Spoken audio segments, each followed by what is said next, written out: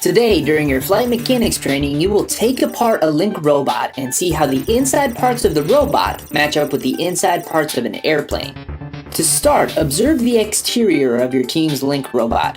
The shell protects the inside of the robot just like the metal shell on an airplane protects the people, luggage, and equipment inside the airplane. Screws are an important simple machine that are found throughout aircraft and all over your Link robot. Screws hold items together like Link's two shell halves and the sheets of metal on an airplane's shell, wings, and propellers. Next, let's check out the wheels on your team's Link robot. Wheels are important for traveling on the grounds before and after a flight. Aircraft typically have landing gear with wheels that are lowered as they approach the runway. With all the moving around that robots and airplanes do, they need a stabilizer to help with balance. Airplanes also have a vertical stabilizer, pointing up like a top fin on the airplane's tail. This helps keep the airplane balanced as it flies through the air. Now let's check out the insides of your Link robot. National Inventors Hall of Fame inductee Ken Thompson, who is the co-inventor of Unix, a computer operating system, and Xavier, an 11-year-old who is into robots, are going to help explain Link's inner mechanics. Thompson created a remote control moving robot with airplane parts. How cool is that? Speaking of moving, let's start by exploring how the arms and legs move. What does this do? How do these parts work? That's a good question. This just moves up and down. There's a wheel in here that moves this up and down, which I assume moves the legs left and right through this pulley. Same with this. Yeah, this whole black piece moves up and down and drives the arms up and down through this pulley and drives the legs up and down through this pulley. Just like the pulleys inside of Link, an airplane has pulleys that help operate the control wheel. The arms on the Link robots also act as levers that move up and down, a lot like flapping wings. An airplane's wings do not move, but they do have flaps that can be raised and lowered to adjust the amount of lift and drag. The retractable landing gear also operates with levers to raise or lower the wheels during takeoff and landing.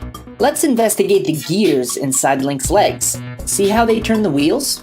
Gears inside of aircraft engines are needed to help the right parts turn as it generates power.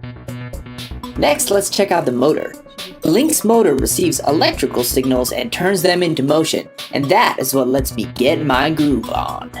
On an airplane, the jet engine is a motor that turns blades and provides the force of thrust to move the airplane forward. Inside of the Link robots, a motor attaches to the propeller with a set of gears and a spring on a metal rod.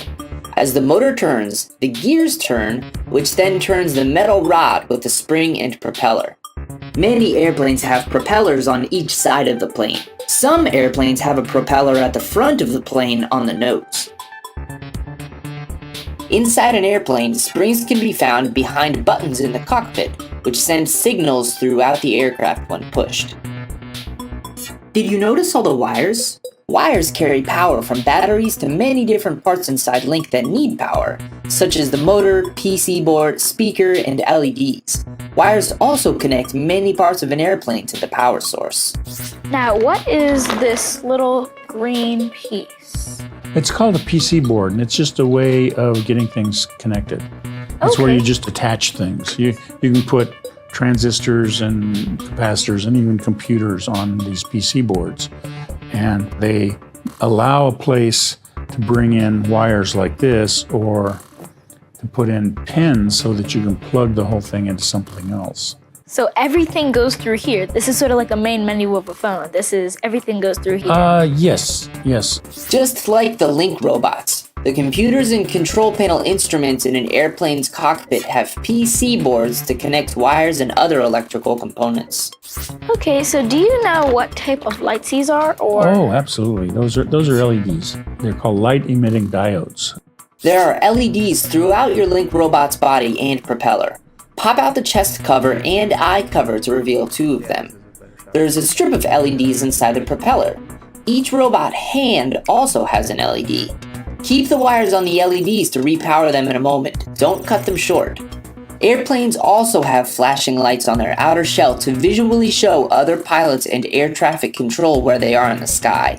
Next, check out the speaker. This is converting electricity into sound. So it takes electricity into sound. How does it do that? Usually with a magnet. What you do is you push and pull on a magnet with electricity. Electricity and magnetism are interconnected strongly. So if you plus and minus, depending on how the coil's done, it will push the magnet. If you put minus plus, it'll pull the magnet. So if you change back and forth, it'll go back and forth. And if you do it fast enough, it turns into sound. Oh. It rattles the air, and that becomes sound. The design of Link's speaker generates some pretty awesome sounds. Of course, on an airplane, speakers are essential for the pilot to communicate with air traffic control and with the plane's passengers. And that's a wrap. You are now on your way to becoming official flight mechanics. Start taking apart your team's Link robot now, and remember to attach the pieces to your launch tower.